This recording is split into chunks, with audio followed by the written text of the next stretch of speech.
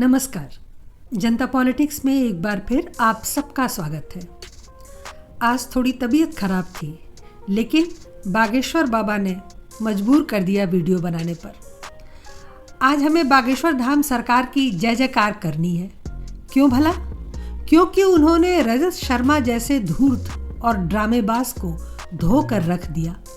जी हाँ, हम बात कर रहे हैं विगत दिवस रजत शर्मा द्वारा लिए गए आपकी अदालत कार्यक्रम का, जिसमें उन्होंने पंडित धीरेन्द्र शास्त्री जी को सिर्फ अपमान करने और माखौल उड़ाने के लिए आमंत्रित किया था, लेकिन अपनी भक्ति की शक्ति से सनातन का झंडा गाड़ने वाले सनातनी योद्धा पंडित धीरेन्द्र शास्त्री ने ऐसे जवाब दिए कि रजत शर्मा का मानसिक संतुलन बिगड़ गया।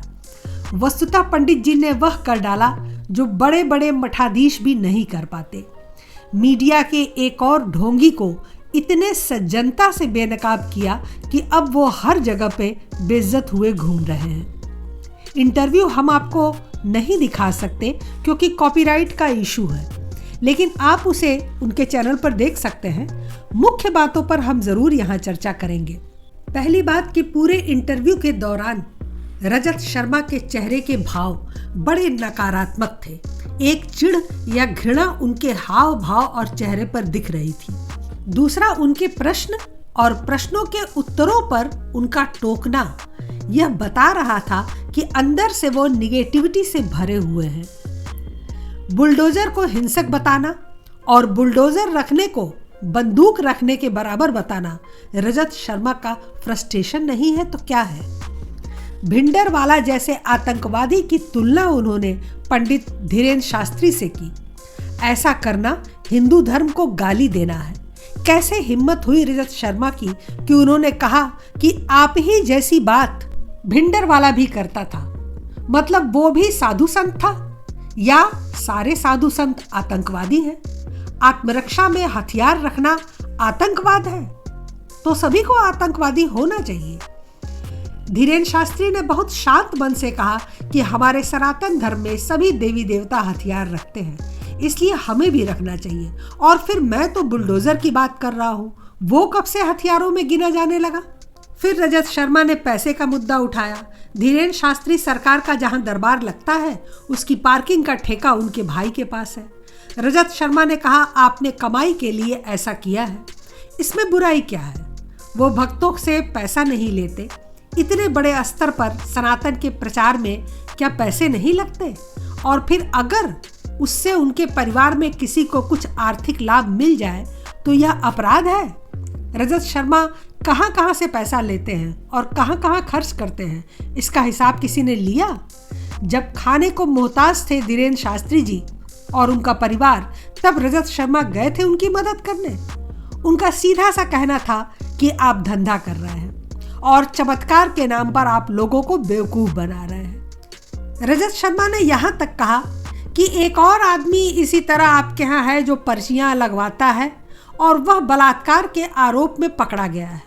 इसका क्या मतलब है? क्या पर्चियां लगवाने वाले सभी बलात्कारी होते हैं? क्यों यहाँ ऐसी बात की उन्होंने? साधु संतों का अपमान ही इनका उद्देश्य है। किसी मौलाना या पादरी को नहीं बताते कि आपके लोग बलात्कार के आरोप में पकड़े जाते हैं। आप इस पर जवाब दें। ऐसी हिम्मत नहीं होगी क्योंकि चैनल बंद हो जाएगा। हिंदू धर्म का तमाशा बनाना अब सहज और आसान हो चुका है। अगला मुद्दा था कि रंगीन कपड़े आप क्यों पहनते हैं, गेरुआ क्यों नहीं पहनते, सफेद क्यों नहीं पहनते? अरे भाई, तुम्हें इससे क्या है? क्या साबित करना चाहते हो कि वो संत नहीं है क्योंकि वो रंगीन कपड़े पहनते हैं? तुम सूट पैंट और टाई लगाते हो तो तुम्हें भी अगर कहा जाए कि तुम पत्रकार नहीं हो क्योंकि तुम तो सूट बूट पहनते हो। कपड़ों से कब से क्वालिफिकेशन तय होने लगी?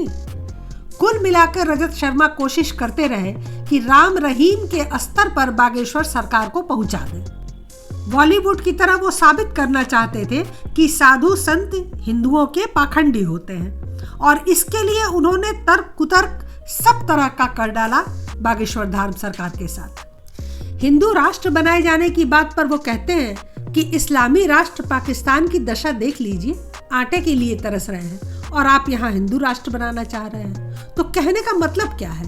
पाकिस्तान इसलिए भिखारी हो गया क्योंकि वो मुस्लिम राष्ट्र है, या फिर उसकी आर्थिक नीतियां ऐसी थी कि वो दुर्दशा झेल रहा है? हिंदू राष्ट्र का कंसेप्ट शायद नहीं पता रजत शर्मा को, इसलिए वो इतनी बकवास कर रहे थे। कुल मिलाकर उनका कहना था कि आप जो भी कह रहे हैं सब गलत ही है। आपकी पर्चियां, आपका लोगों को बुलाना, आपका चमत्कार और आपका ये प्रचार प्रसार प्रोपेगेंडा है। आप प्रकाश में आने के लिए, चर्चित होने के लिए ये सारे काम कर रहे हैं। तुर्की का भूकंप रोक दीजिए, आप यूक्रेन का युद्ध रोक दीजिए। क्यों भाई, क्यों रोक दे? क्यों ठेका ले हम उनका जो हमारे धर्म में विश्वास ही नहीं रखते? हाँ, वो हिंदू धर्म अपना ले, हनुमान जी की पूजा शुरू कर दे, उनका भी भला हो जाएगा। तब हम सोचेंगे। राम नाम से तो बड़े बड़ों का बेड़ा पार हो जाता है, और जहाँ श्री राम है वही हनुमान जी हैं, तो फिर उन्हें भी पूजा पाठ शुरू कर देनी चाहिए। सबसे अच्छी बात यह है कि इतने उकसावे, बदजुबानी, उल्टे सीधे आरोपों का जवाब धीरेन्द्र शास्त्री जी ने इतनी शांति और सहजता से दिया कि रजत शर्मा की दाल नहीं गली। उनको उम्मीद थी कि 26 साल का यह नौजवान किसी न किसी बात पर तो उखड़ जाएगा, कुछ उल्टे सीधे बयान दे बैठेगा और मेरी टीआरपी हाई हो जाएगी, साथ ही साधु संतों की फजीहत भी हो जाएगी। क्योंकि रजत शर्मा के बात करने का टेढ़ा अंदाज यह बता रहा था कि उनका मंतव्य गलत ही था, परंतु बागेश्वर सरकार की जितनी प्रशंसा की जाए कम है। उन्होंने पूरी तरह विध्वंस कर दिया रजत शर्मा के इस एजेंडे को। ऐसा नहीं है कि पंडित धीरेन्द्र शास्त्री जी को इन बातों से कष्ट न पहुंचा हो। ऐसे निम्न स्तर पर अपनी तुलना देखते हुए उनके भी मन को बहुत दुख हुआ होगा। कई बार उनका चेहरा भी शांत हो गया, लेकिन फिर भी उन्होंने इन चुनौतियों का अपनी चिर परिचित बाल सुलभ मुस्कान से स्वागत किया और रजत शर्मा को मुंह तोड़ जवाब दिया।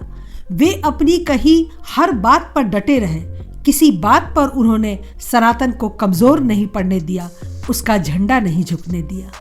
इससे एक बात हिंदू धर्म के लोगों को समझ में आनी चाहिए कि हम उन सबके साथ खड़े हों जो धर्म का प्रचार प्रसार कर रहे हैं, और ऐसे तथाकथित राष्ट्रवादियों से दूर रहें जो हमारे धर्म को नीचा दिखाने का या उसे पाखंड साबित करने की होड़ में लगे हों, जो सेकुलर हो, जो हिंदू धर्म के नाम पर कलंक हो। ऐसे सभी लोगों से बचने का प्रयास करना चाहिए। जय हो बागेश्वर धाम सरकार की, जय बजरंगबली, जय श्री राम। आज के लिए बस इतना ही। हमारे चैनल को सब्सक्राइब करें, लाइक करें और सभी प्लेटफॉर्म पर शेयर करें। अपने विचार हमें कमेंट बॉक्स में ज़रूर बताएं। धन्यवाद, नमस्कार।